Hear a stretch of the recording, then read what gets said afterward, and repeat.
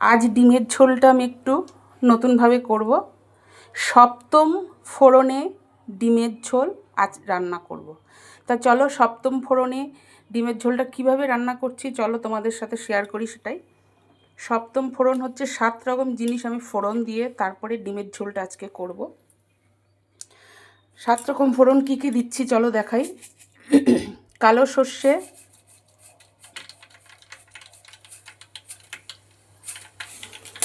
কালো সর্ষে দিলাম, দেখো মৌরি ফোড়ন, একটা শুকনো লঙ্কা দিলাম, রাঁধুনি ফোড়ন,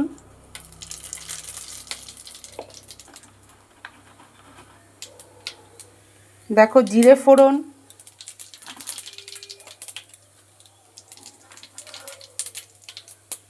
পাঁচ ফোড়ন,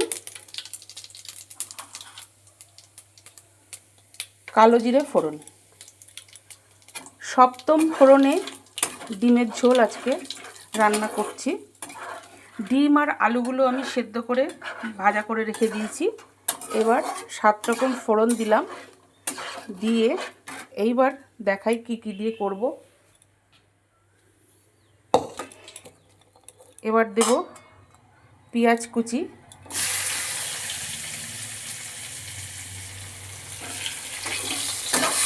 পেঁয়াজ কুচিটাকে একটু ভেজে নেব লাল লাল করে।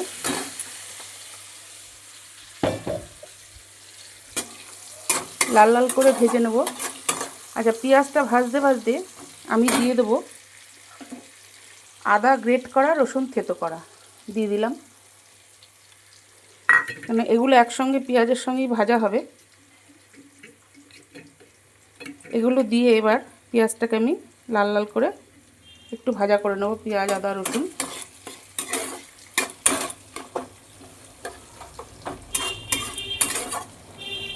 ভাজা করে আমি ফিরে আসছি পরবর্তী রান্নায়। আমার পেঁয়াজটা, আদা, রসুন সব ভাজা হয়ে গেছে। এবার আমি দিয়ে দিচ্ছি 2টো টমেটো 4 টুকরো করে দিয়ে দিলাম। এর সঙ্গে একটুখানি নাড়াচাড়া করে নেব। এবার আমি দিয়ে দেবো নুন, পরিমাণ মতো নুন দিয়ে দিলাম। এবার দেব হলুদ,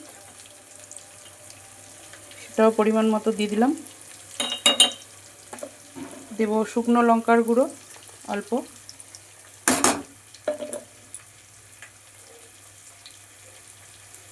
কাঁচা লঙ্কা পেস্ট দিলাম অল্প,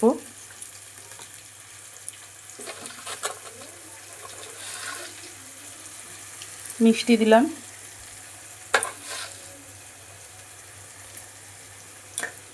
এবার আর একটুখানি কষিয়ে নেব।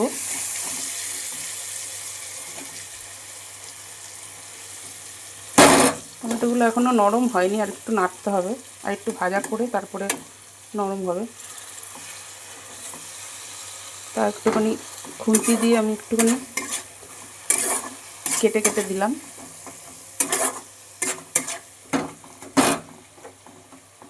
এই খুন্তি দিয়ে একটু কেটে কেটে দিচ্ছি, তাহলে তাড়াতাড়ি নরম হয়ে যাবে। এবার দেব একটু টমেটো সস। টমেটো সসটা আমার শেষ হয়ে গেছে বন্ধুরা, যেটুনিক আছে সেটুনিক দিয়ে হয়ে যাবে আমার ডিমের ঝোলটা।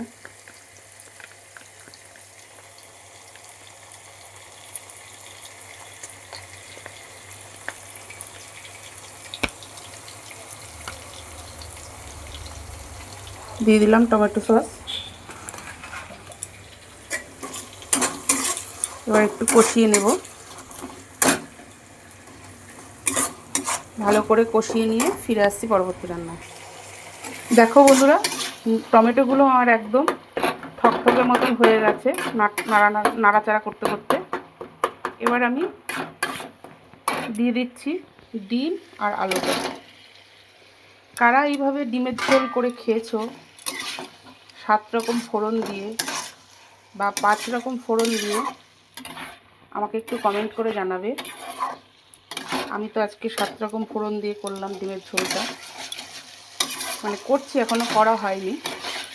এবার ডিমটা আর আলুটাকে ভালো করে সব কিছুর সাথে, মশলার সাথে ভালো করে কষিয়ে নেব। কষিয়ে নিয়ে এখানে যদি একটু টক দই থাকে টক দইও দিতে পারো তোমরা, না থাকলে নাও দিতে পারো। আমার যেমন নেই আমি আর দিলাম না, টক দই ছাড়াই করলাম আমি।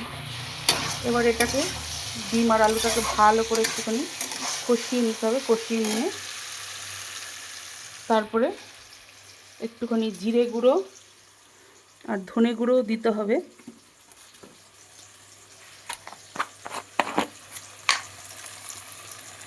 একটু দেখো জিরে গুঁড়ো দিচ্ছি, সব অল্প অল্পই দেব।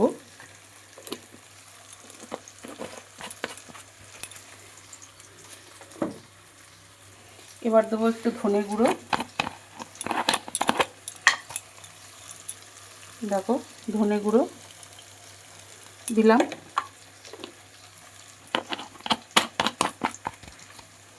এবার দেব গরম মশলা গুঁড়ো, গরম মশলা গুঁড়োটাও দেব অল্প। এই যে দিয়ে দিলাম গরম মশলা গুঁড়ো। ব্যাস সব দেওয়া আমার কমপ্লিট। এইবার আমি সব মশলার সাথে আলু আর ডিমটাকে ভালো করে কষিয়ে নেব।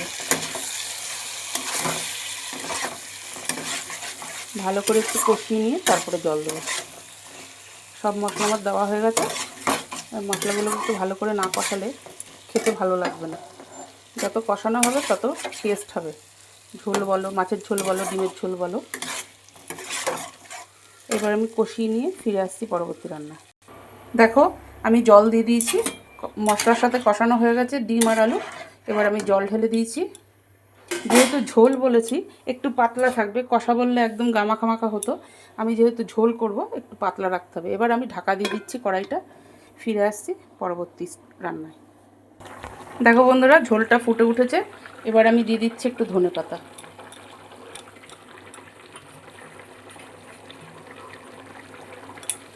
ধনেপাতাটা দিয়ে দিলাম। ডিমের ঝোলটা কিন্তু দারুণ গন্ধ ছেড়েছে বন্ধুরা, হেব্বি সুন্দর গন্ধ বেরোচ্ছে। সপ্তম ফোড়নে ডিমের ঝোল করলাম আজকে। তো তোমাদের আমার আজকের রেসিপিটা কেমন লাগলো একটুখানি কমেন্ট করে জানিও। যদি ভালো লাগে বন্ধুরা তাহলে একটা লাইক, কমেন্ট, শেয়ার কিন্তু অবশ্যই করে দিও। আর পুরো ভিডিওটা স্কিপ না করে দেখার অনুরোধ রইল। পুরোটা না দেখলে বুঝতে পারবে না আমি কিভাবে কি করেছি। ঠিক আছে বন্ধুরা, আজ তাহলে এই পর্যন্ত। কাল আবার নতুন কোনো ভিডিও নিয়ে হাজির হব। ততক্ষণে তোমরা সবাই সুস্থ থেকো, ভালো থেকো, সাবধানে থেকো। আজকের মতো টাটা, বাই বাই।